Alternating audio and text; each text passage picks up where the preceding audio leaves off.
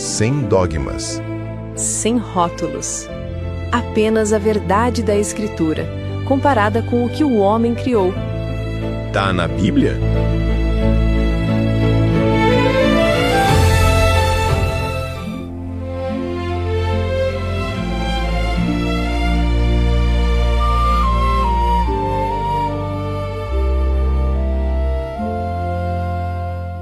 Sabe, eu já me preocupei muito com política e governos. Achava que, se o lado certo vencesse, tudo ficaria bem. Mas com o tempo e muita leitura da Bíblia, percebi que talvez eu estivesse olhando para o lugar errado. Será que Deus realmente se envolve com os governos humanos? Essa é uma pergunta que muita gente faz, e que eu também já fiz.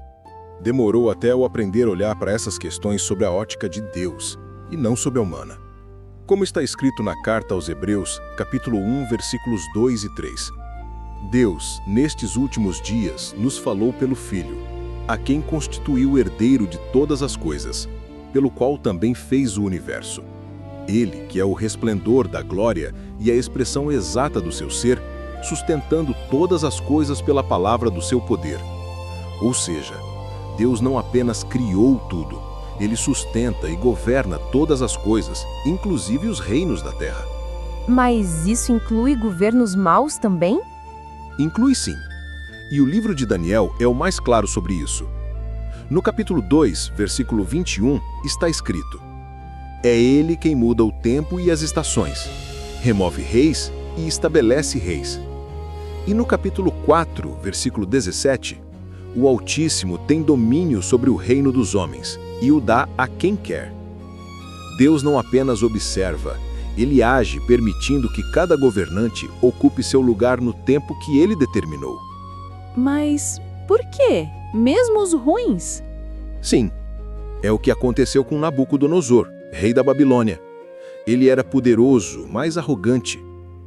Deus o humilhou até o ponto de tirar-lhe a razão.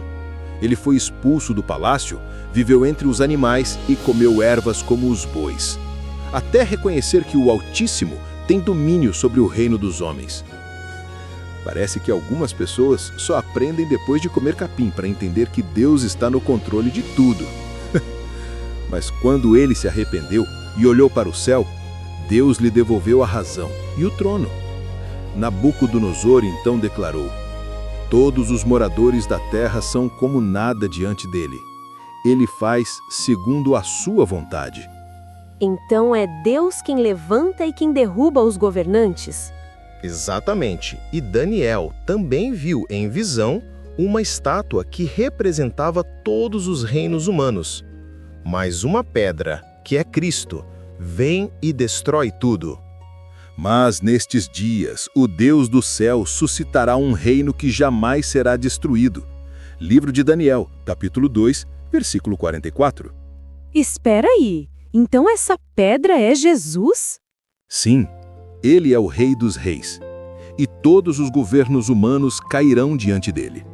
Mas e os piores líderes? Aqueles que parecem inimigos de Deus?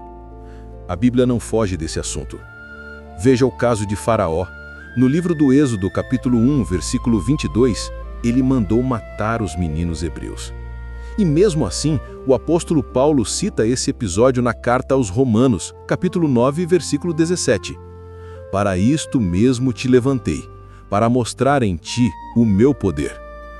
Ou seja, até os governantes maus servem aos propósitos divinos. A Assíria foi chamada de vara da ira de Deus no livro do profeta Isaías, capítulo 10, versículo 5. E o rei Herodes, no Evangelho de Mateus, capítulo 2, versículo 18, cumpriu uma profecia ao ordenar a morte dos inocentes. Tudo isso mostra que Deus está no comando, mesmo quando os homens acham que estão. É difícil aceitar que Deus permita tudo isso. É, mas há um motivo. Deus governa a história com um propósito. Não há autoridade que não proceda de Deus. Carta aos Romanos, capítulo 13, versículo 1. Mas então o cristão deve se envolver com política? Essa é uma questão importante. A Bíblia mostra que o cristão deve ser responsável, mas não deve levantar bandeira de nenhum partido ou ideologia. Veja o que está no livro do Êxodo, capítulo 17, versículo 15. Moisés edificou um altar e o chamou: "O Senhor é a minha bandeira." Ou seja, Yahvé Nissi, o Senhor é o nosso estandarte. E quanto ao patriotismo? É claro que amar a terra onde nascemos é natural, mas a Bíblia deixa claro que a nossa verdadeira pátria está nos céus. Na carta aos Hebreus, capítulo 11, versículos 13 e 16, está escrito que os homens de fé se reconheceram como estrangeiros e peregrinos na terra, desejando uma pátria superior, isto é, celestial. E o apóstolo Paulo reforça em Filipenses, capítulo 3, versículo 20, "A nossa cidadania está nos céus, de onde também aguardamos o Salvador, o Senhor Jesus Cristo." Isso significa que, embora devamos orar e agir pelo bem da nação em que vivemos, a nossa lealdade final não é nacional, mas celestial. Somos embaixadores de outro reino, o reino de Deus. A nossa lealdade não é a homens, mas a Cristo. Quando colocamos a nossa esperança em líderes humanos, esquecemos que o reino de Deus não é deste mundo. Evangelho de João, capítulo 18, versículo 36. Então, o cristão não deve tomar partido? Exatamente.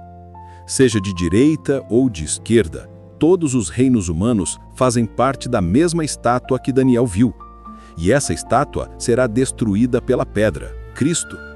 Por isso não faz sentido se agarrar a nenhum de seus pés, porque a queda está próxima. Mas a igreja não já se envolveu com política antes?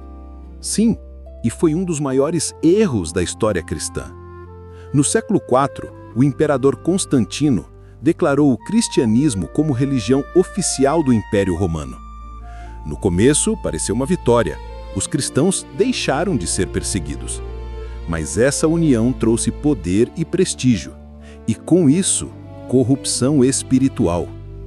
Bispos viraram políticos. O evangelho simples virou instrumento de controle.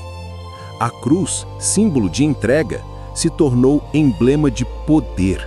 Então o poder político acabou enfraquecendo a fé? Exatamente. O reino de Deus é espiritual, não terreno. E toda vez que a igreja tenta conquistar o mundo pelos métodos do mundo, ela acaba se parecendo com ele. A história prova isso. Então é como se a igreja tivesse se desviado da sua missão. Sim, o cristão deve influenciar o mundo pela santidade e pela verdade, não pelo poder.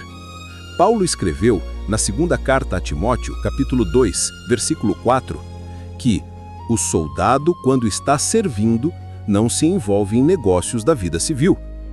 E Jesus disse no Evangelho de Lucas, capítulo 16, versículo 13, "Ninguém pode servir a dois senhores." Esses princípios são claros. Não podemos servir a Deus e ao sistema deste mundo ao mesmo tempo. Então a política pode até mudar governos, mas só Deus transforma corações. Perfeitamente. Por isso, o cristão deve viver no mundo, mas não ser do mundo. A nossa esperança não está em presidentes, mas no Rei Eterno. Com licença, eu de novo. Uau! Duas coisas me marcaram muito. Primeiro, perceber que Deus continua soberano, mesmo quando parece que tudo está fora de controle. E segundo, entender que o cristão não precisa levantar bandeira nenhuma, porque o Senhor é a nossa bandeira. Isso muda tudo. Nem direita, nem esquerda. O reino é de Cristo. Sem dogmas. Sem rótulos. Apenas a verdade da Escritura, comparada com o que o homem criou. Tá na Bíblia?